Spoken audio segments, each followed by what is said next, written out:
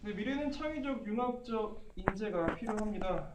교육은 미래에 적합한 인재를 양성해야 합니다. 이는 서남수 현 교육부 장관의 취임사 중 일부를 추출한 겁니다. 서남수 교육부 장관은 교육은 미래에 적합한 창의적 인재를 양성해야 한다고 강조하고 있습니다. 하지만 여러분, 과연 우리 교육이 여기에 부합하다고 생각하십니까? 창의력은 무시된 채 단편적이고 일률적인 교육만 이루어진다고 생각하진 않으신가요?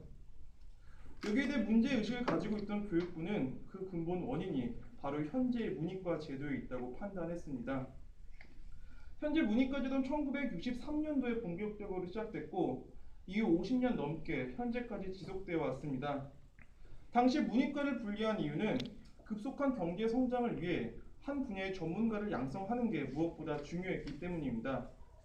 하지만 2014년 현재 교육부는 당시와 시대가 많이 변했다고 판단해 문이과 통합을 결정했습니다. 근데 여러분들 모두는 고등학교 때 문이과를 경험했기 때문에 이 문제에 대해서 누구보다 관심이 많으실 겁니다. 또한 우리 미래 아이들이 교육받을 환경을 생각한다면 결코 쉽게 넘어갈 수 있는 문제는 아닌데요. 평소 남을 가르치는 데 즐거움을 느낀 저는 오랜 기간 봉사활동을 했습니다. 그리고 이를 통해 우리 아이들이 말하는 교육의 문제점에 대해 들어볼 기회가 많았습니다. 또한 행정학을 전공하면서 교육 정책에 관심이 많아 관련 수업도 많이 듣게 됐는데요.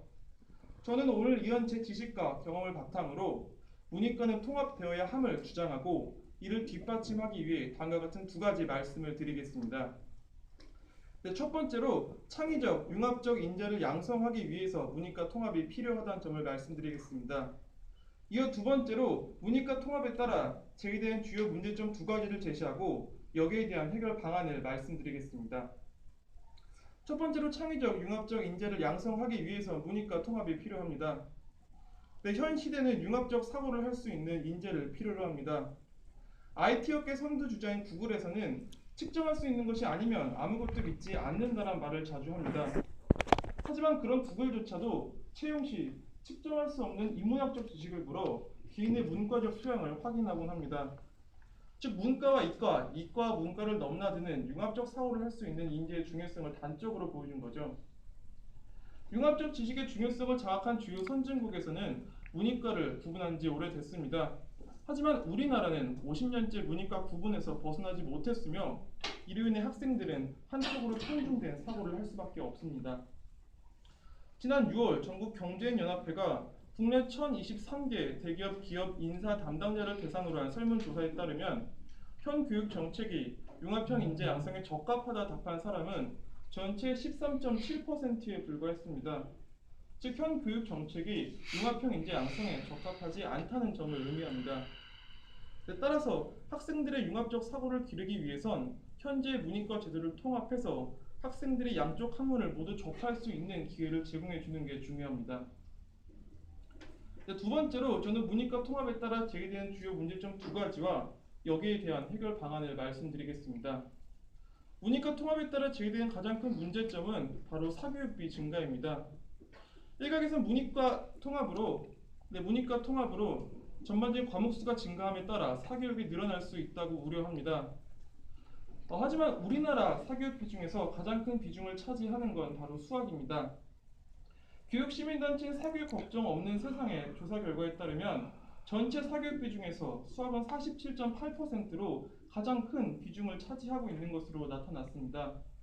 또한 그 이유는 수학의 난이도가 너무 어렵기 때문인 것으로 조사됐는데요. 따라서 문이과 통합에 따라 수학 시험의 난이도를 낮춘다면 수학 부분의 사교육이 줄기 때문에 전반적인 사교육 증가를 상당 부분 방지할 수 있습니다. 문이과 통합에 따라 제기된 또 다른 문제점은 바로 이공계 경쟁력 약화입니다. 문이과 통합으로 수학 시험의 난이도가 낮아진다면 이공계 경쟁력이 낮아질 수 있다는 겁니다. 물론 고등학교 수학 시험이 쉬워진다면 이공계 신입생들은 처음 대학 수업을 따라가는데 어려움을 느낄 수 있습니다. 하지만 이는 고등학교에서 가르치지 못한 부분을 대학에서 가르치면 해결할 수 있는 문제입니다. 사실 우리나라 대학의 경우 그동안 준비된 인재를 선발하는 데만 급급한 나머지 전공 기초 교육에 대한 투자가 상당히 부족했습니다. 반면 해외 선진국의 경우 대부분 대학에서 모든 대학에서 이공계 기초 과목을 가르치고 있으며 또한 미국 내 많은 대학에선 고교 대학 연계 프로그램을 통해 학생들이 대학 수업을 따라가는 데 어려움이 없도록 도움을 주고 있습니다. 네, 지금까지 저는 창의적 융합적 인재를 양성하기 위해서는 문이과를 통합해야 한다는 점을 말씀드렸습니다.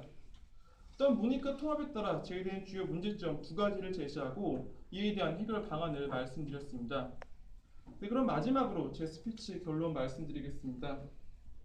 네, 시대에 따라 필요한 인재상은 계속해서 변하기 마련입니다.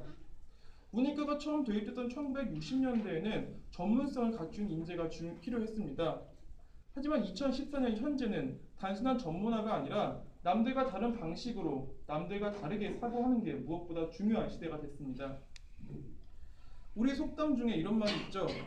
네, 고인물은 썩는다란 말이 있습니다. 변하는 시대에 적절히 대응하지 못한다면 시대의 흐름에 뒤떨어질 수 있습니다. 문이과 통합을 통해 시대가 요구하는 인재를 양성해야 합니다. 이상 마치겠습니다.